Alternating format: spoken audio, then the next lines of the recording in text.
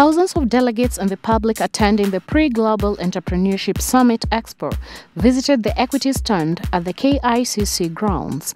A special edition on the Equity newspaper published ahead of the summit profiled stories of entrepreneurs who have grown in partnership with the bank.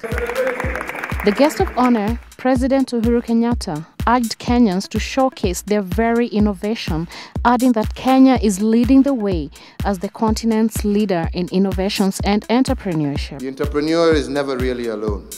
You're part of an ecosystem whose success in birthing and scaling business needs minimal characteristics of transparent, predictable rules of the game, limited red tape, a strong, transparent, and information infrastructure, competitively priced, energy, security, and ultimately a productive workforce which Kenya is proud to have. Speaking in a panel session on the topic Accelerating Entrepreneurship in Kenya, Equity Bank CEO Dr. James Mwangi said that there is a misconception that academic knowledge is equal to financial knowledge. We couldn't have been where we were if the government was not building on enablers. And the largest enabler, I would say, is on infrastructure.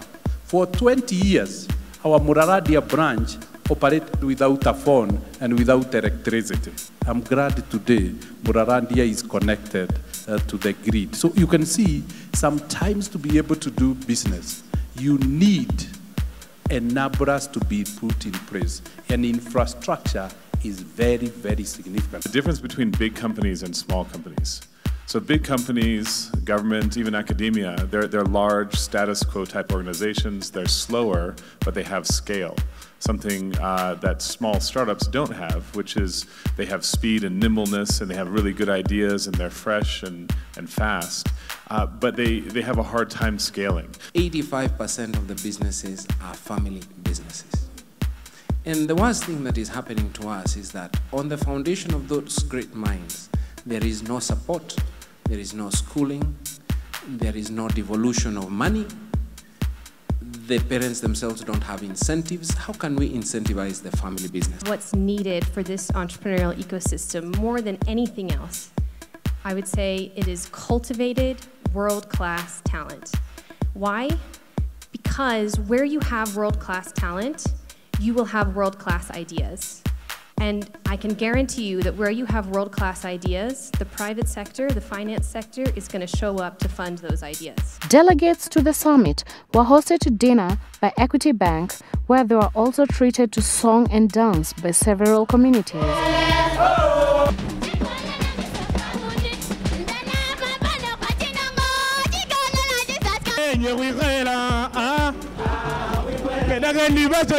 Speaking at the dinner, Deputy President William Ruto urged the entrepreneurs to grab the numerous opportunities for business. Kenya, ladies and gentlemen, is ready to do business.